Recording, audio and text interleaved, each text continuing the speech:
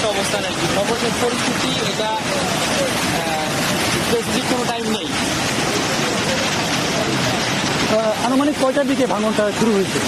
এটা রাত 11টা অবধি। 11টা অবধি।